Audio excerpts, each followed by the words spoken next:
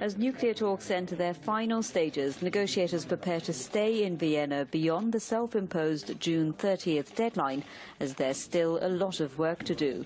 A final nuclear deal is expected to include an approximately 20-page main text and some 60 pages of annexes detailing, among other issues, how Iran will limit the scope and level of uranium enrichment in return for the removal of economic and financial sanctions.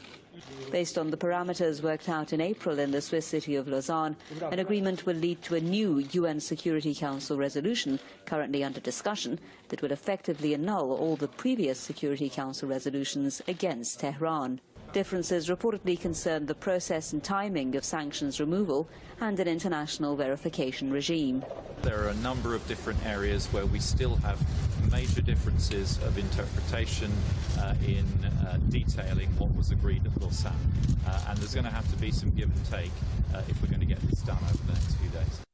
Tehran says implementation of commitments must be reciprocal and simultaneous. Inspections of military sites or access to nuclear scientists, it says, are not acceptable.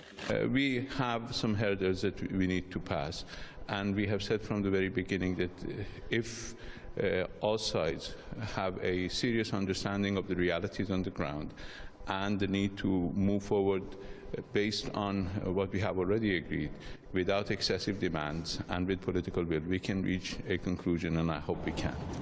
The ministers are expected to resume talks on Tuesday.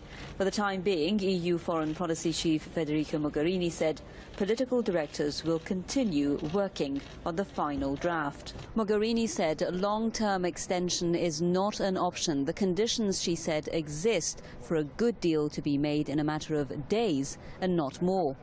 I'm Homaliski for Press TV in Vienna.